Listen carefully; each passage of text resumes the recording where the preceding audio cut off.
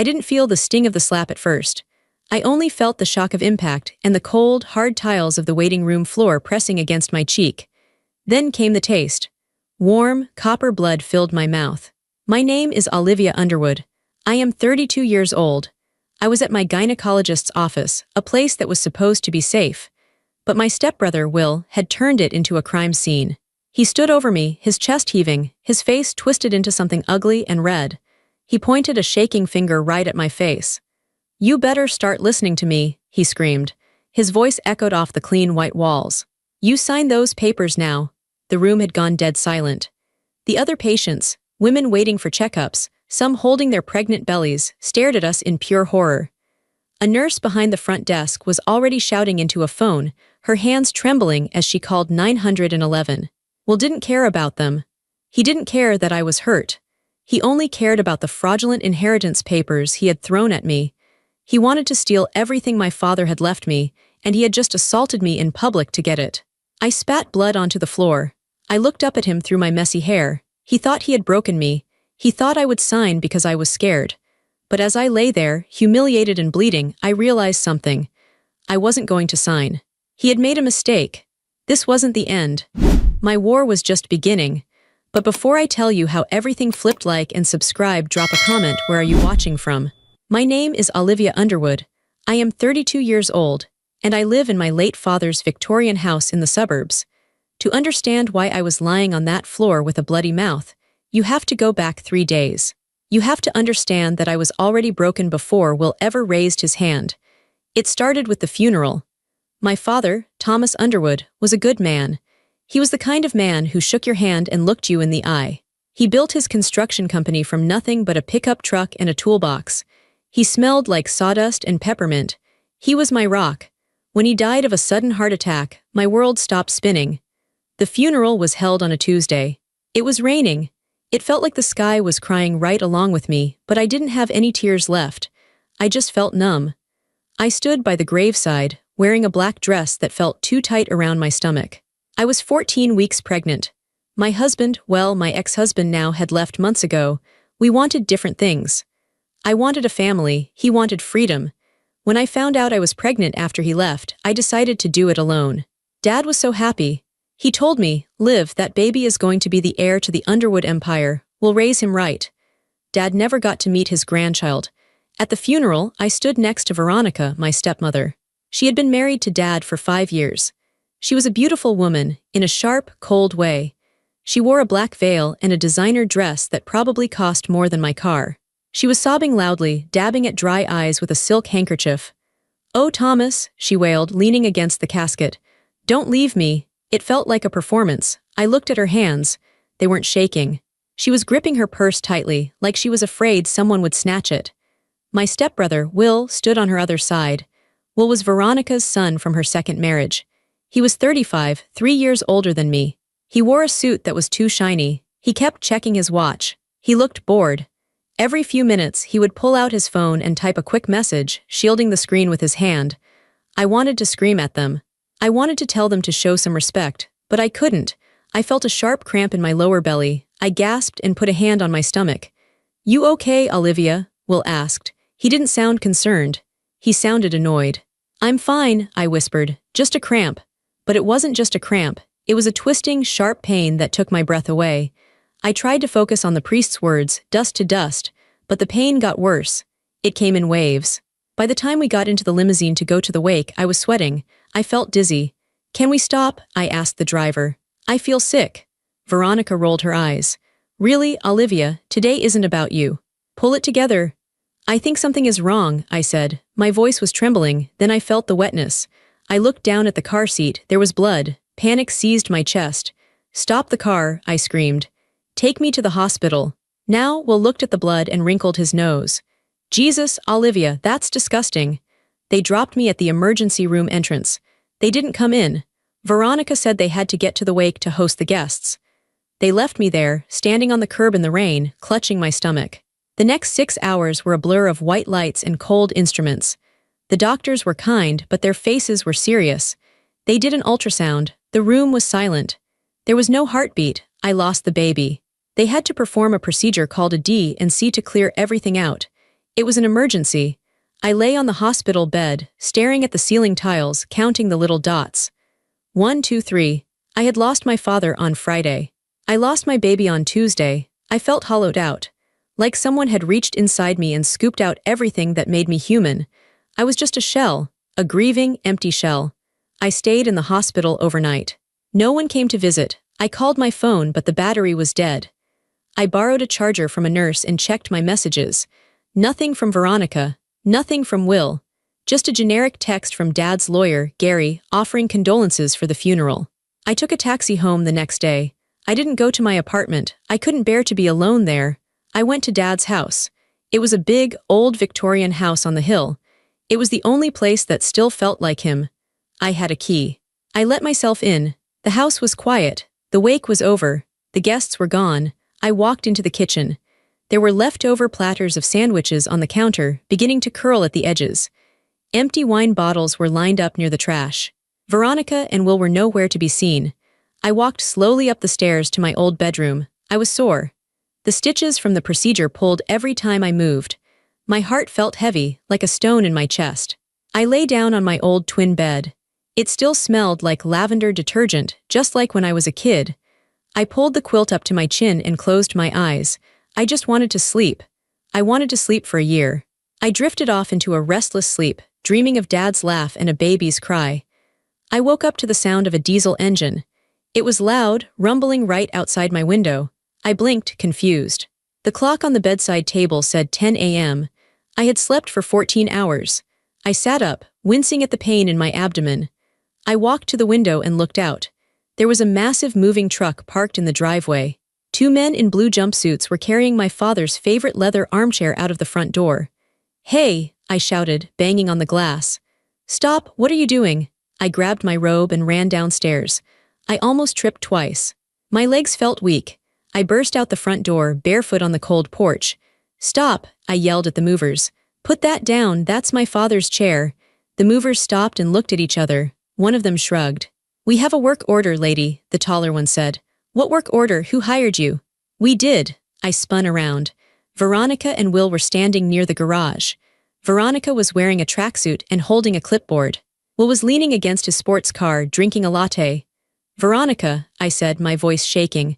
"What is going on? Why are you moving Dad's things?" Veronica looked up from her clipboard. She smiled, but it didn't reach her eyes. "Oh, you're awake. Good, we need you to move your car. The truck needs more room to turn around." "My car?" I stared at her. "I just got back from the hospital. I lost the baby, Veronica. My father just died." "What are you doing?" "We're clearing out the house," Will said. He took a sip of his coffee. "It's sold."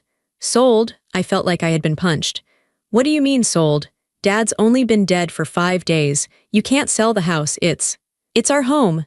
"It was Thomas's house," Veronica corrected me. She walked over, her heels clicking on the pavement.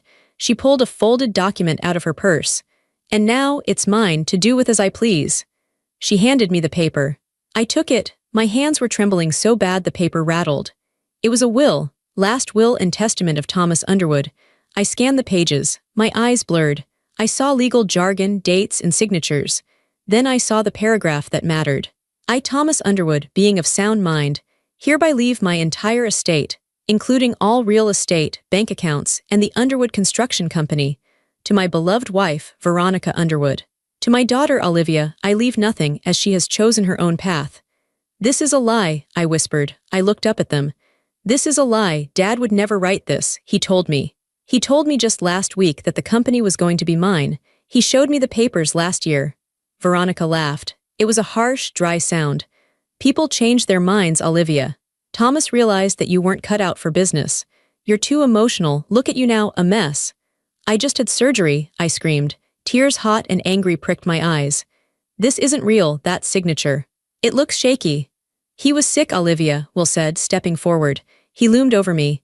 He was tall, broad-shouldered from hours at the gym, not from hard work like Dad. His hand wasn't steady at the end. "He had a heart attack," I said. "He wasn't sick. He was fine on Friday morning. I had breakfast with him." "Stress," Veronica said dismissively. "He was under a lot of stress. Mostly because of you and your personal drama." She waved her hand at the movers. "Keep going, boys, everything goes." "No," I lunged for the armchair the movers were holding. "You can't take this," Will stepped in front of me. He grabbed my arm, his grip was tight, too tight. "Don't make a scene, Olivia," he hissed. "You're embarrassing yourself." "Let go of me," I said. I tried to pull away, but I was weak. The pain in my stomach flared up again. I doubled over. "You need to leave," Will said. He shoved me backward. I stumbled and caught myself on the porch railing. "I'm not leaving," I said, gasping for air. "This is my house, I have a room here." "Not anymore," Veronica said. She checked a box on her clipboard. "We're changing the locks today. You can take whatever personal trash you have in your car, but the furniture stays. It's part of the estate auction." "Auction?" I stared at her. "You're selling everything.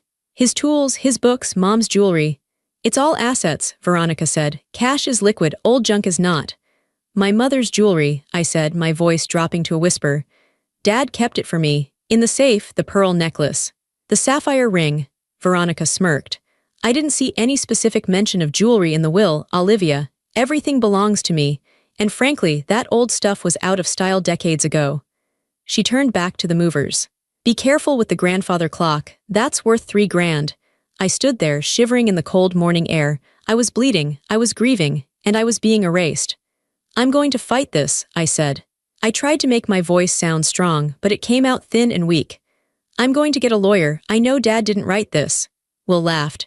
He walked up to me, close enough that I could smell his expensive cologne. "With what money, Liv? You have your teacher's salary, you think you can go up against the estate lawyers. We have the paperwork, we have the money, you have nothing." He poked me in the chest. "Go home, Olivia. Go back to your little apartment and cry about your dead baby. Leave the business to the adults." The cruelty of it took my breath away. He used my grief as a weapon. I looked at him, really looked at him. I saw the greed in his eyes. I saw the arrogance. And for the first time I saw something else. Fear. He was pushing too hard, he was too aggressive. If the will was real, why was he so angry? Why were they moving so fast? Dad wasn't even cold in the ground yet. "I'm not signing anything," I said quietly. "And I'm not leaving until I get my mother's pearls." "Get off the property," Will said. His face darkened.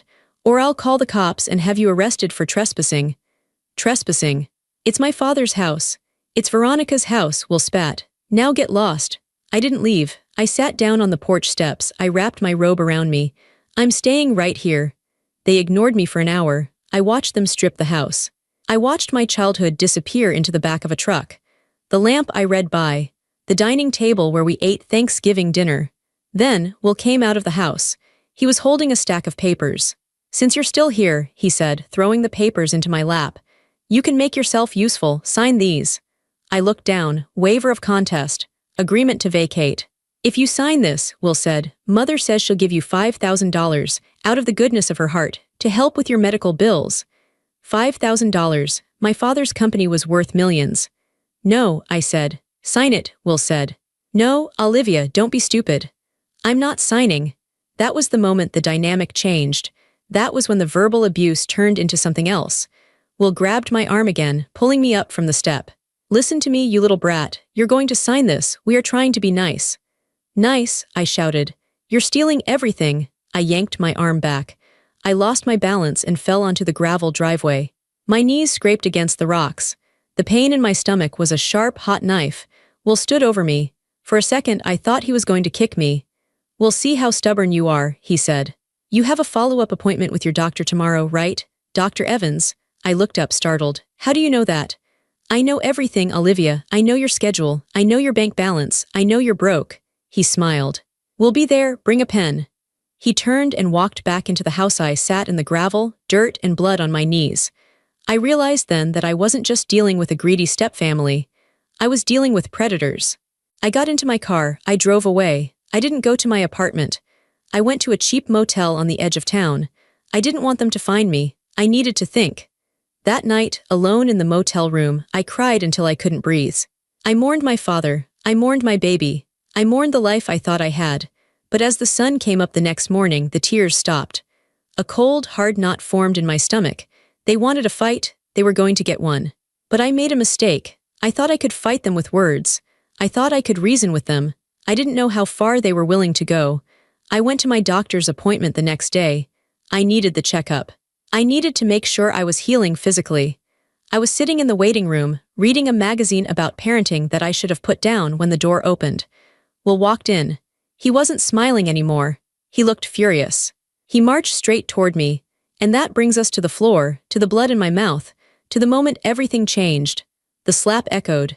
It was a sharp, cracking sound, like a dry branch snapping. For a second, the entire world narrowed down to the stinging burn on my left cheek. My head whipped to the side. I lost my balance on the slick waiting room chair and slid off, hitting the floor hard.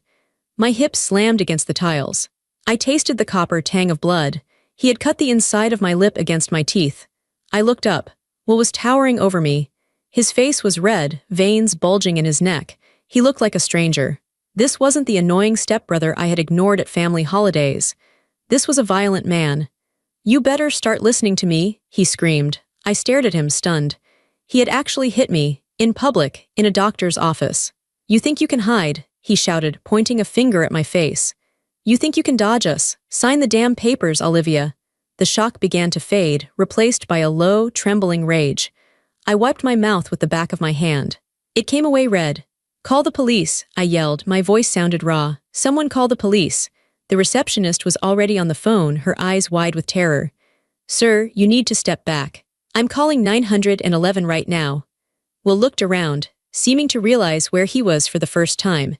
He saw the pregnant woman in the corner clutching her husband's arm. He saw the elderly woman staring at him with her mouth open. He sneered at me. "This isn't over." He turned to leave, but a security guard from the main lobby blocked the doorway. The guard was a big man, older, with a gray mustache. "Don't move, son," the guard said calmly. Will huffed. "She's my sister. It's a family dispute. She's hysterical. She just had a miscarriage. She's not in her right mind." "He hit me," I said, struggling to stand up. A nurse ran over to help me. "He assaulted me," Will crossed his arms. "I barely touched her. She fell. She's weak." The police arrived 5 minutes later. 2 officers. They took statements. They looked at my swollen lip. They looked at the red handprint blooming on my cheek. They put Will in handcuffs. Watching him get marched out of the office, his hands behind his back, gave me a surge of satisfaction. But it was short-lived. I gave my statement. I told them about the will, the harassment, the threat. The officer, a young man named Deputy Miller, nodded sympathetically. "We'll charge him with simple assault," Miller said. "He'll be processed downtown." "He's dangerous," I said. "He needs to be kept in jail." "It's a misdemeanor, ma'am. Unless he has priors, he'll likely make bail quickly." I went back to the motel to clean up. My face was throbbing. I looked in the mirror. My lip was split. My cheek was purple and blue. I looked like a victim. I hated it. I decided I couldn't stay at the motel. It wasn't safe. I needed to go home, not to Dad's house that was gone, but to my apartment. I needed my own things. I needed to regroup.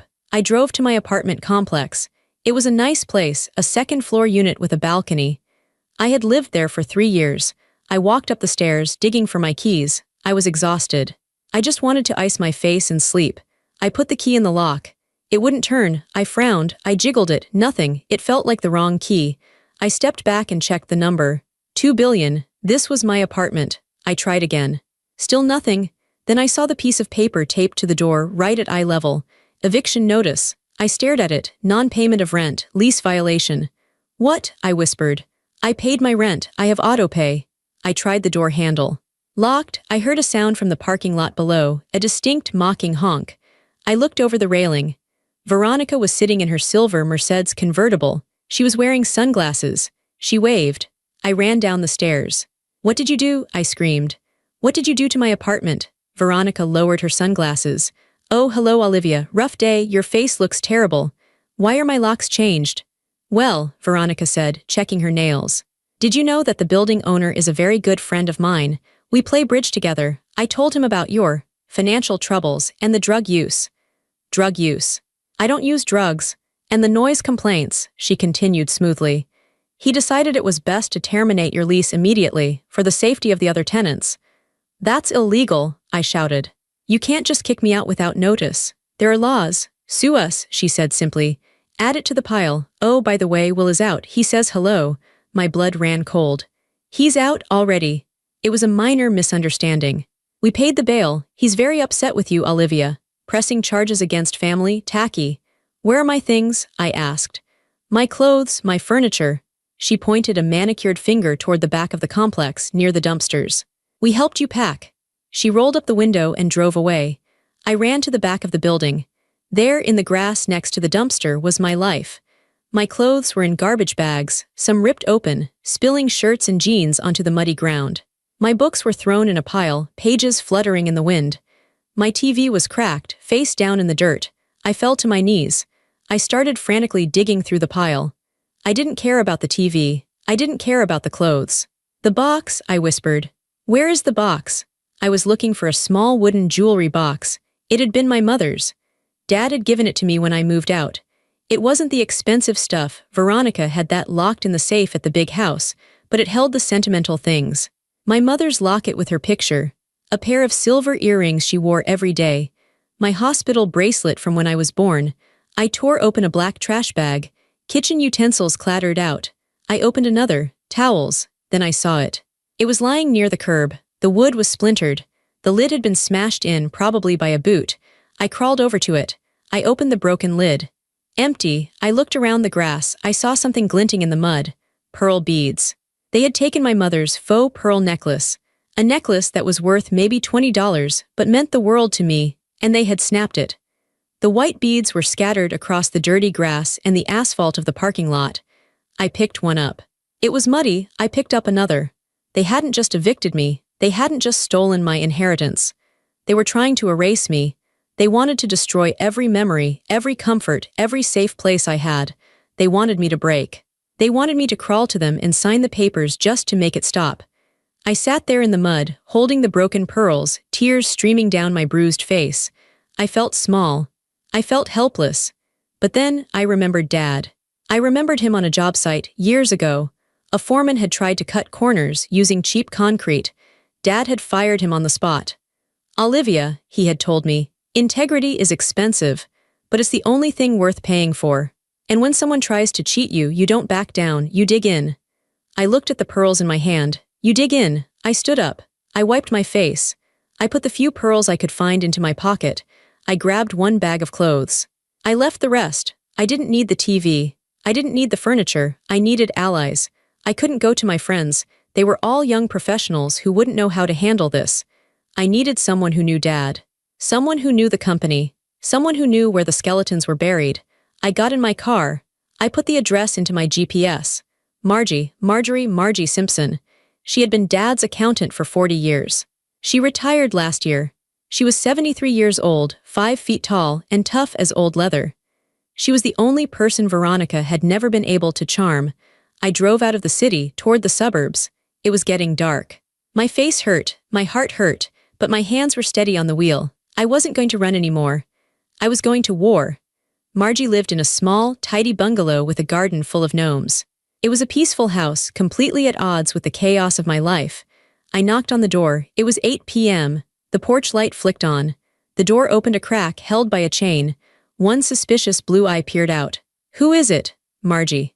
"It's me, Olivia." The door slammed shut, the chain rattled, and then it swung wide open.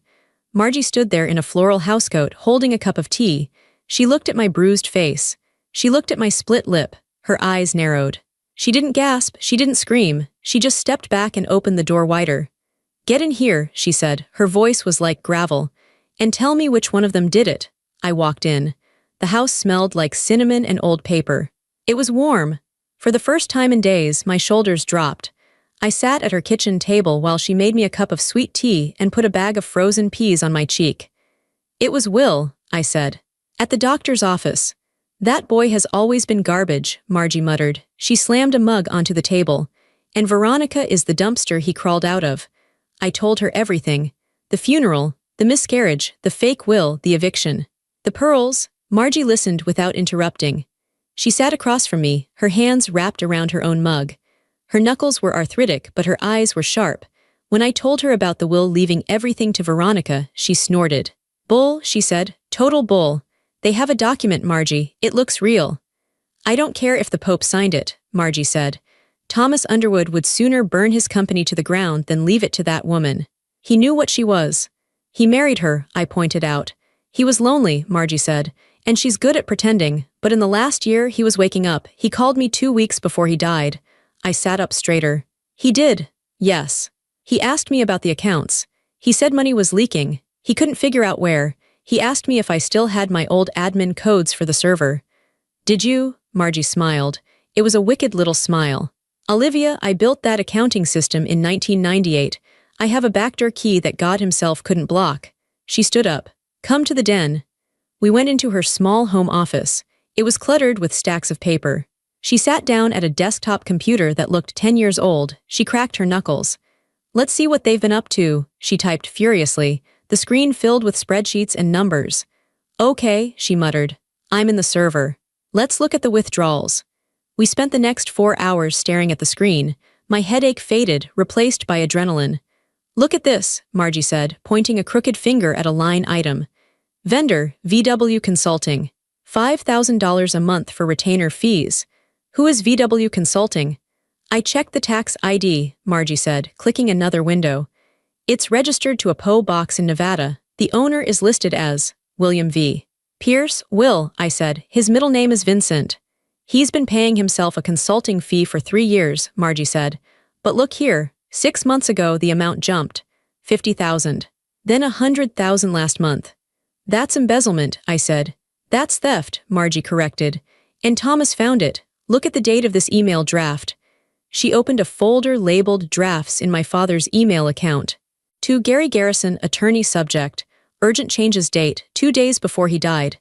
Gary, I need to see you Monday. I found something rotting in the books. I'm writing a new will. I'm cutting them off. I think I'm in danger. I read the words and a chill went down my spine. I think I'm in danger. He knew, I whispered. He knew they were stealing, and he was going to cut them out. And then he had a sudden heart attack 2 days later, Margie said. Her face was grim. You think they killed him. The words felt heavy in my mouth. Murder, it was one thing to be greedy, it was another to be a killer. I think, Margie said, that 3 husbands of Veronica's have died of heart failure. Thomas was number 4. I felt sick. We need to go to the police. With what? Margie asked. An email draft, a spreadsheet. They'll say it's circumstantial. They'll say you're a disgruntled daughter. We need proof. Hard proof? Where do we get it? The safe, Margie said. Thomas had a safe in the house, not the wall safe in the master bedroom that Veronica uses, the real safe. I didn't know he had a real safe. He installed it 5 years ago, behind the water heater in the basement. He told me the combination in case anything happened.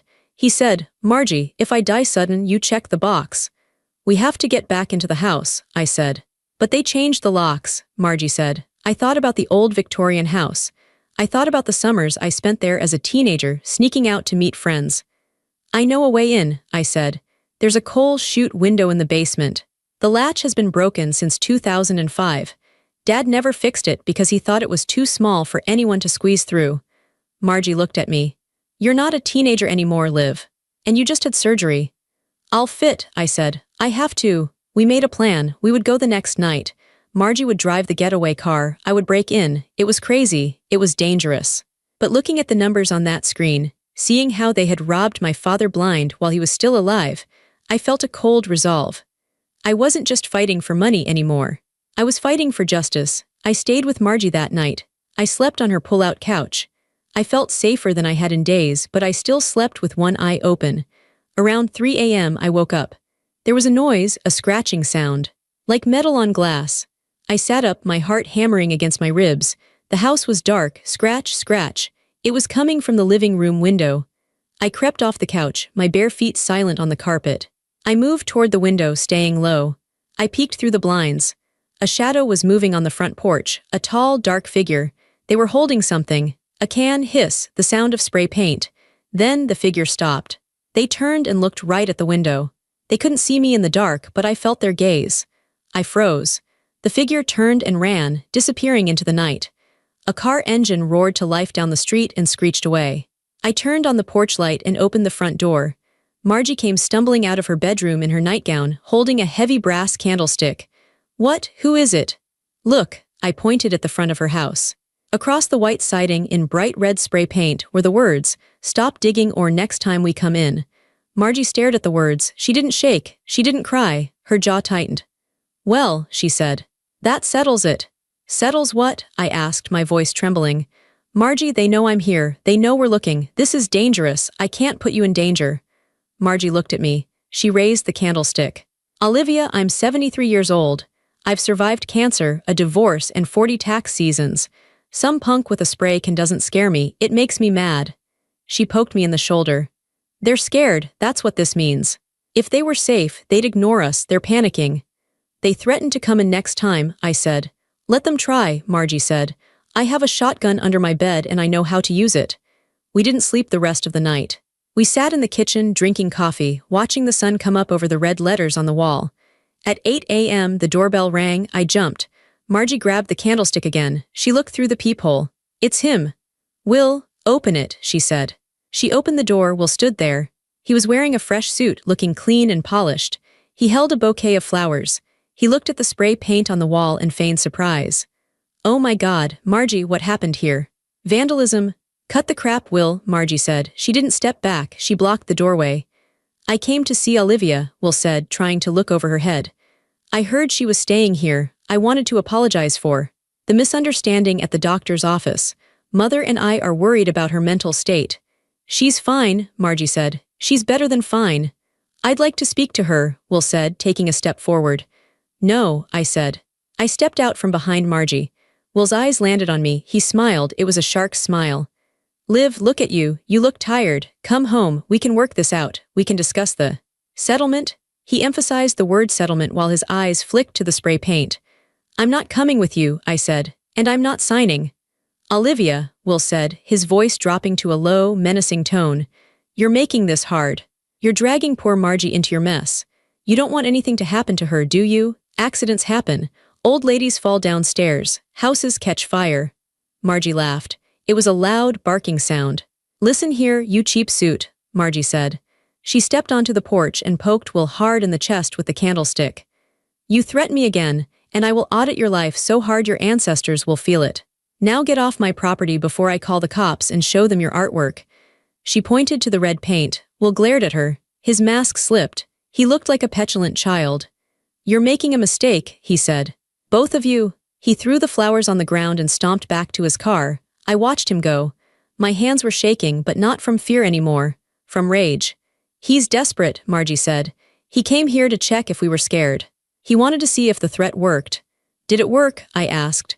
No, Margie said. It just confirmed we're on the right track. She looked at me. Tonight, we go to the house tonight. If he's this worried, there's something in that safe that will bury him. Tonight, I agreed. The fear was still there, sitting in my stomach like a cold stone. I knew Will was capable of violence. I had felt it on my face. I knew Veronica was capable of cruelty. But I also knew that my father had suspected he was being poisoned. I knew he had tried to warn Gary. If I stopped now, they won. If I stopped now, Dad's death meant nothing. My baby's loss meant nothing. I went to the hardware store that afternoon. I bought a flashlight, a pry bar, and a pair of dark coveralls. My war was no longer silent. It was loud, it was red paint on a white house, and tonight it was going to be a break-in. I was ready to take back what was mine. At 2 a.m., the world was pitch black. We parked Margie's sedan 2 streets over from my father's house. The neighborhood was silent. You have 20 minutes, Margie whispered. She checked her watch. If you're not back, I'm driving this car through the front door. I'll be back, I said. I slipped out of the car. I was wearing black coveralls and gloves. My stomach throbbed where the stitches were healing, a dull, constant ache, but the adrenaline numbed the worst of it. I crept through the neighbor's hedge and dropped into the backyard. The house loomed above me, dark and empty. Veronica and Will were staying at a hotel downtown while they renovated. The house felt abandoned. It felt like a tomb. I went to the basement window well. It was covered in dead leaves. I cleared them away and found the old coal chute. It was small, rusted, and dirty. I prayed the latch was still broken. I pushed. It groaned, metal grinding on metal, and then swung inward. I took a breath and slid feet first into the hole. It was a tight squeeze. The rough concrete scraped my back. I hissed in pain as my stomach pressed against the ledge, but I pushed through. I dropped down onto a pile of coal dust in the basement bin. I was in. I clicked on my flashlight. The beam cut through the darkness, illuminating the dusty basement. It smelled of damp earth and my father's sawdust. I moved quickly. I went past the workbenches, past the stacked boxes of holiday decorations to the utility corner. There it was, the old water heater. Dad had told Margie, behind the heater, loose brick. I squeezed behind the tank. It was hot and cramped. I ran my gloved hands over the brick wall. One brick felt loose. I wiggled it. It slid out. Behind it was a small, gray metal safe embedded in the foundation. I pulled out the slip of paper Margie had given me. 4:15:88, my birthday. I turned the dial, right to 4, left to 15, right to 88, click, the handle turned, the door swung open. My heart was pounding so hard I could hear it in my ears. I reached inside. There was a thick manila envelope and a small orange pill bottle. I grabbed them and sat down on the dirty floor to look. I opened the envelope first. Last will and testament of Thomas Underwood. Dated 3 days before his death. Notarized by a frantic scrawl I didn't recognize, but it had a seal. I scanned it. I, Thomas Underwood, hereby revoke all former wills. I leave 100% of the Underwood Construction Company and all assets to my daughter, Olivia Underwood. My wife, Veronica, is to receive nothing. Tears filled my eyes. He had done it. He had tried to protect me. I dug deeper into the envelope. There was a handwritten letter on yellow legal pad paper. Livy, if you are reading this, I made a mistake. I waited too long. I think Veronica is poisoning me. My coffee tastes bitter every morning. My heart races when I sit still.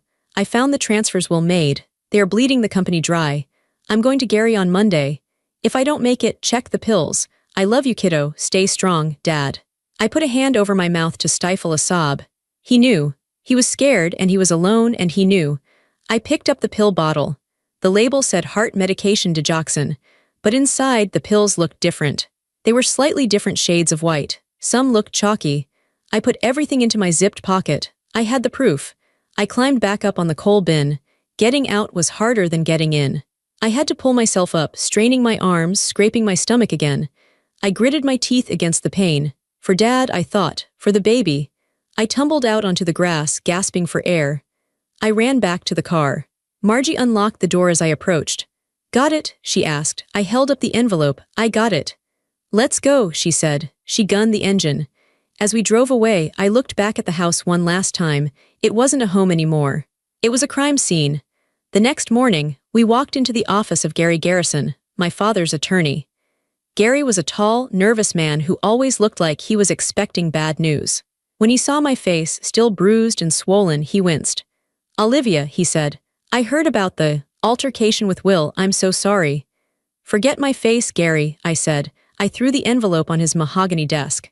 Read this? He opened the envelope. He read the will. He read the letter. His face went pale. He took off his glasses and rubbed his eyes. Thomas called me, Gary whispered. He left a voicemail on Sunday night. He said he needed to update his file. I didn't call him back until Monday morning. By then he was gone. They killed him, Gary, I said. My voice was steady. And we're going to prove it. Gary looked at the pill bottle. This is serious. This is capital murder territory. We need the police. Real police, not the patrol guys. He made a call. An hour later, Detective Riley walked in. Riley was a woman in her 40s with tired eyes and a sharp suit. She didn't look like she tolerated nonsense. She listened to my story. She looked at the will. She read the letter. When she saw the letter, her demeanor changed. She stopped taking notes and looked at me intensely. You're telling me Veronica Underwood has been married before? Riley asked. 3 times, Margie piped up from the corner. I looked it up last night. Husband 1, heart attack. Husband 2, stroke. Husband 3, heart failure. Riley's eyes narrowed. And now Thomas, heart attack. She picked up the pill bottle with a gloved hand. I'm taking this to the lab immediately. If these pills are tampered with, we have cause for an exhumation. Exhumation? I shuddered. The thought of them digging up Dad. To prove poison, Riley said gently. It's the only way to be sure. We waited 3 days for the lab results. Those 3 days were agony. I stayed at Margie's, sleeping in shifts. Will called my phone 10 times a day. I didn't answer. On Thursday, Riley called us back to the station. She put a report on the table. Digitalis, she said. Foxglove, it mimics a heart attack if you overdose. The pills in that bottle. They weren't his heart medication. They were crushed digitalis pressed into similar shapes, a lethal dose. She poisoned him, I said. The room felt cold. She fed him poison every morning with his coffee. We also found something else, Riley said. She pulled out a file. We got a warrant for Veronica's phone records based on the letter. She's been tracking you, Olivia. Tracking me. She installed a spyware app on your phone months ago, probably when you visited for Sunday dinner. She knows your location. She reads your texts. That's how we'll knew about your doctor's appointment. That's how they knew when you were at the funeral home. I felt violated. I reached into my pocket and turned off my phone. So arrest them, Margie said, slamming her hand on the table. Go get them. Riley shook her head. We need to tie them to the act. We know the pills killed him, but we need to prove they put them there. We need a confession, or we need them to implicate themselves. She looked at me. Olivia, are you willing to do something dangerous? What? I asked. We need you to wear a wire, Riley said. We need you to meet them. We need you to tell them you're ready to sign the papers. We need you to play the victim one last time. I touched my bruised cheek. I thought about Dad drinking his bitter coffee. I'll do it, I said. The setup was scheduled for Friday afternoon, 1 week after the funeral. I turned my phone back on. I sent a text to Will. I can't do this anymore. You win. I'm broken. I'm tired. I'll sign the papers. Just give me the money. He replied in 30 seconds. Smart girl, Dad's office. 2 p.m. Don't be late. I went to the police station at noon. A female officer taped a small microphone to my chest, right under my bra strap. The wire ran down my side to a tiny transmitter taped to my lower back. It's sensitive, Riley told me. You don't need to shout, just get them talking. Get them to admit the will is fake. Get them to mention the pills if you can. What if they search me? I asked. If they touch you, Riley said, we come in. We'll be in the van outside. We'll have eyes on the building. You say the code phrase if you're in trouble. What's the code phrase? I wish Dad were here. I nodded. I wish Dad were here. I drove to the construction company headquarters. It was a modern glass building Dad was so proud of. I parked in my usual spot. I walked into the lobby. The receptionist, a sweet girl named Sarah who had known me for years, looked at me with pity. I'm so sorry about your dad, Olivia, she whispered. Thanks, Sarah, I said. Is Will upstairs? They're in the main conference room. I took the elevator up. My hands were shaking. I put them in my pockets to hide it. I had to look broken. I had to look defeated. I walked down the hallway. The photos of Dad on the walls seemed to watch me. Integrity is expensive, he had said. Today I was paying the price. I pushed open the heavy glass doors of the conference room. Will was sitting at the head of the table, Dad's chair. He had his feet up on the mahogany surface. Veronica was standing by the window, looking out at the city skyline. Well, Will said, smirking. Look who finally crawled out of her hole. I'm here, I said, keeping my voice low. I slumped my shoulders. Just give me the papers. Have a seat, sweetie, Veronica said. She didn't turn around. We have a lot to sign. I sat down. On the table was a stack of documents. Transfer of assets, waiver of rights, non-disclosure agreement. This says I can't talk about the company, I said, reading the NDA. Standard, Will said. We don't want you bad-mouthing the new management. We're selling the company, Olivia. Liquidating. We have a buyer in China. You're selling it? I asked, letting shock bleed into my voice. But, Dad built this, the employees. The pension fund. The employees are being let go, Will said casually. The pension fund is, well, let's just say it's part of the package. We're cashing out. By Monday, we'll be on a beach in Mallorca. You can't do that, I said. It's stealing. It's business, Will said. He slid a pen across the table. Sign. What about the will? I asked. The one you showed me, it was fake, wasn't it? Dad didn't sign that. Will laughed. He looked at Veronica. She's still on that. Veronica turned around. Her face was cold. Does it matter, Olivia? Thomas is dead. The result is the same. He suspected you, I said softly. He told me he thought he was being poisoned. The room went dead silent. Will took his feet off the table. He leaned forward. What did you say? He wrote me a letter, I lied. He said the coffee tasted bitter. Veronica walked over to the table. She placed her hands on the wood and leaned in close to my face. You have a vivid imagination, Olivia, just like your mother, and look where she ended up, dead and forgotten. Did you kill him? I asked. Did you switch his pills? Veronica smiled. It was the most terrifying thing I had ever seen. Thomas was a weak old man, she whispered. He had outlived his usefulness, and he was going to cut us off. We did what we had to do, just like we're doing with you. So you admit it, I said. I admit nothing, Veronica said, straightening up. But who would believe you, the grieving, hysterical daughter who just lost a baby? You're pathetic. Sign the papers, Olivia, Will growled. Or maybe you'll have another accident like at the doctor's office. Maybe this time you won't wake up. I looked at the pen. I looked at Will. I looked at Veronica. I had it. I had the threat. I had the admission of motive. I sat up straight. I stopped slumping. I looked Will directly in the eyes. I'm not signing, I said. My voice was clear and strong. What? Will stood up. I said I'm not signing. And I'm not alone. I reached into my pocket and pulled out the orange pill bottle. I set it on the table. I found the safe, Will, I found the real Will, and I found the digitalis. Will's face went white. Veronica gasped. You little bitch, Will roared. He lunged across the table. He grabbed my throat. His hands were huge and hot. He squeezed. I wish Dad were here, I screamed, choking. The glass doors exploded inward. Federal agents, drop it. Get on the ground. Men in body armor poured into the room. Rifles were raised. Will froze. His hands were still around my neck. Let her go, now, Riley screamed, aiming her weapon at Will's head. Will let go. He stumbled back, holding his hands up. She attacked me, she's crazy. I fell back into the chair, coughing, gasping for air. 2 agents tackled Will to the ground. He hit the floor hard. Get off me. Do you know who I am? Veronica tried to run. She bolted for the side door. Don't move, Riley shouted. Veronica stopped. She turned, her face a mask of pure hatred. I want my lawyer, this is a setup. That girl planted evidence. Riley walked up to Veronica and slapped the handcuffs on her wrists. Veronica Underwood, you are under arrest for the murder of Thomas Underwood, conspiracy to commit murder and fraud. You have the right to remain silent. Murder, Veronica shrieked. You have no proof. We have the pills, Riley said calmly. We have the forged will. We have the wire recording of you admitting he was going to cut you off. And we have the exhumation order. Veronica went silent. The fight drained out of her. She slumped. I stood up. My neck hurt. My face hurt. But I felt lighter than air. I walked over to where Will was pinned to the carpet. He was breathing heavy, his face pressed against the floor. You're going to jail, Will, I said. For a long, long time. He looked up at me. His eyes were wet. Liv, please, I didn't know about the poison. It was her. It was all her idea. I just wanted the money. You watched him die, I said.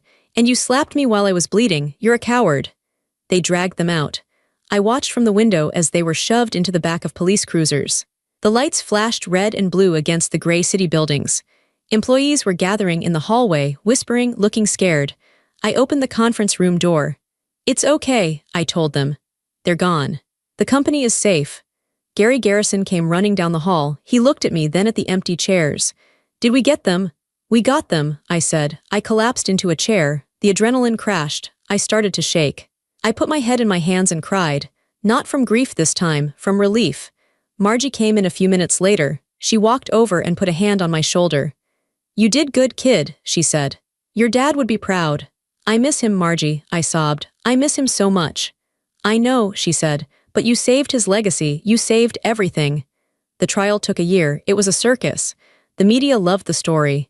The Black Widow and the evil stepbrother, I testified. I sat on the stand and told the jury everything. I looked Veronica in the eye. She stared back, cold and unrepentant. The evidence was overwhelming. The pills matched the toxicity in Dad's body. The handwriting expert proved the will was a forgery created by Will. The forensic accountant, Margie, walked the jury through every stolen dollar. The verdict came back in 4 hours. Guilty on all counts. Veronica was sentenced to life in prison without parole. Will got 25 years for conspiracy, fraud, and assault. When the gavel banged down, I didn't cheer. I just closed my eyes and let out a breath I felt like I had been holding for 12 months. It was over. I took over the company. It wasn't easy. Will had done a lot of damage. But with Margie coming out of retirement to help me manage the books, and Gary handling the legal side, we rebuilt. We rehired the people Will had fired. We restored the pension fund. I moved back into Dad's house. I renovated it. I painted over the gray walls with warm colors. I turned the basement, where I had crawled through the coal chute, into a wine cellar, but I kept the safe as a reminder. One afternoon, about 2 years later, I was at the grocery store. I reached for a box of cereal and bumped hands with a man. Oh, excuse me, he said. He had kind eyes and a gentle smile. I recognized him. Dr. Brooks, he looked surprised. Olivia. From the ER, he was the doctor who had treated me the night I lost the baby. The one who had been kind when my family left me. Nathan, he said. Please call me Nathan. We went for coffee, then dinner. He was quiet, steady, and honest. He didn't care about my money or my company. He cared about me. We got married in the garden of Dad's house. Margie was my maid of honor. She wore a bright pink dress and smoked a cigar at the reception. And then the miracle happened. I was 35. We had been trying for a while. When I saw the 2 pink lines on the stick, I burst into tears. I was terrified. But this time it was different. This time I had a partner. I had peace. 9 months later, I gave birth to a healthy baby boy. We named him Thomas. A week after the birth, I drove to the cemetery. It was a crisp autumn day. The leaves were turning gold and red. I walked to Dad's grave. The headstone was simple granite. Thomas Underwood, beloved father, builder. I stood there with my son in my arms. He was sleeping, wrapped in a blue blanket. "Hi, Dad," I whispered. The wind rustled the trees. It sounded like a sigh. "I brought someone to meet you," I said. I touched the baby's cheek. "This is Tommy." I looked at the grave. I thought about the war I had fought. I thought about the blood on the floor, the broken pearls, the fear. It had changed me. I wasn't the same girl who had stood there at the funeral, weak and victimized. I was stronger now. I was a survivor. "I did it, Dad," I said. "I saved the company, I put them away, and I'm happy." I laid a single white rose on the stone. "Rest now," I said. "I've got it from here." I turned and walked back to the car where Nathan was waiting for me. I didn't look back. I didn't need to. My war was over. My life had just begun.